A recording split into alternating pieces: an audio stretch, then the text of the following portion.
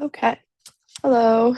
Um, this is my recording of the midterm oral exam for chapters 1 through 8.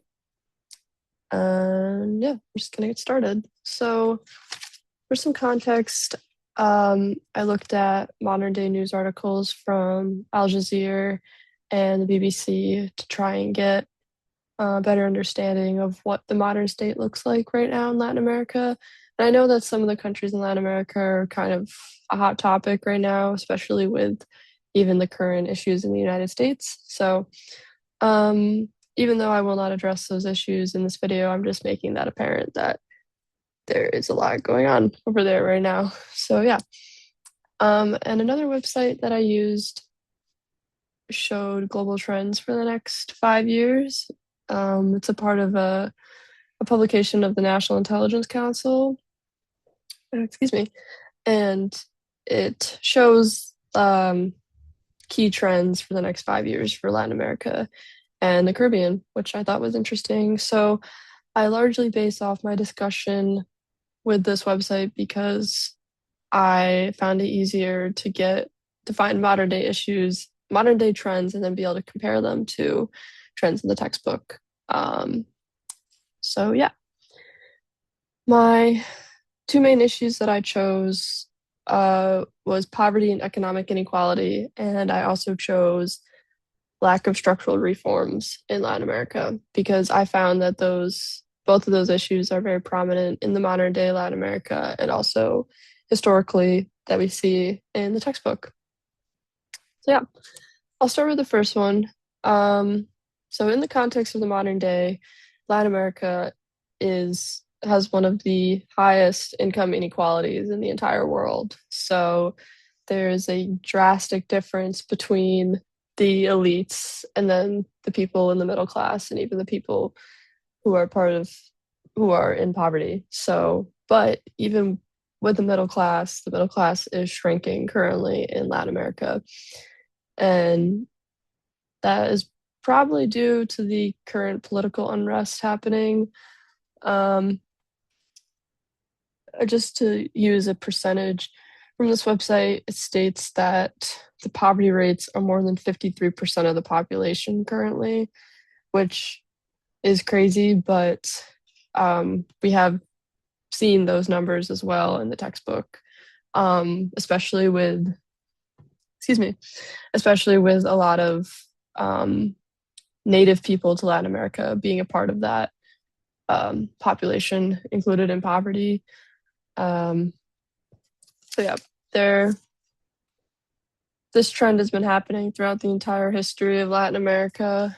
Um, Even in context of the chapter that we just read, there was significant economic unrest in Latin America after the First World War because they relied so heavily on imports and exports from European countries. But obviously, after the First World War, Europe was recovering, so they couldn't really focus on trading with Latin America, and that kind of killed their economy, which then, well, the people that were super rich stayed super rich because they found another way, but the people who were poor or people in middle class were just forced to suffer, I guess. So yeah, and then um, Latin America tried to save that by relying on the United States, but then in the 1930s, the United States went into the Great Depression, and then Latin America was on its own again, um, which this is kind of more my second topic, but that kind of led more into political unrest and dictatorships and things. So there wasn't ever really like an effort to fix the economy in Latin America.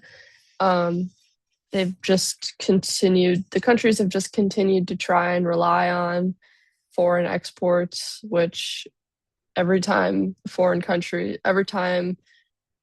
the countries that they rely on don't need Latin America anymore, Latin America suffers, which I yeah, I feel like there needs to be more of a focus on their economy internally instead of trying to just trade with these other foreign countries. But this is how it's always been.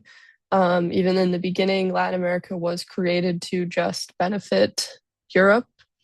And then, like, everything, like every export from Latin America just went to Europe, and Latin America was only used as um, a source of resources for Europeans and then eventually the United States. Um,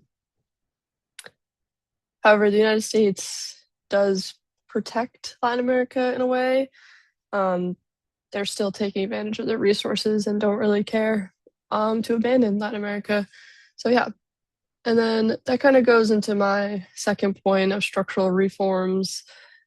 Um, the especially the middle class of Latin America has been demanding structural reforms and economic reforms for centuries, but they just keep getting dictators. So I'll go back to what that website. Yeah, there's just been insufficient process towards trying to increase like labor laws and public services and just laws in general. Latin America historically has felt very chaotic and unrestful. Um, and unfortunately, that has just been the trend historically. And let's see. And yeah, that kind of began once the countries were developed, once there were elites and there were dictators, and then there were the middle class and the lower class. There's always been a very big gap in between those people. And then, sorry. And yeah, there just really hasn't been a push for structural reforms. It's just kind of been whenever a dictator goes into power, um, they just imprison or kill or capture people instead of actually having reforms. And we kind of maybe saw this during the chapter, The Emergence of the Modern State. They did create like elections, like suffrage and two-party systems, but that only lasts for a couple of years until that inevitably collapses. And we're seeing that again now. I mean, there are currently elections in some Latin American countries, but for the majority, it is just dictators, which is unfortunate. And yeah, so I think that is all I have covered.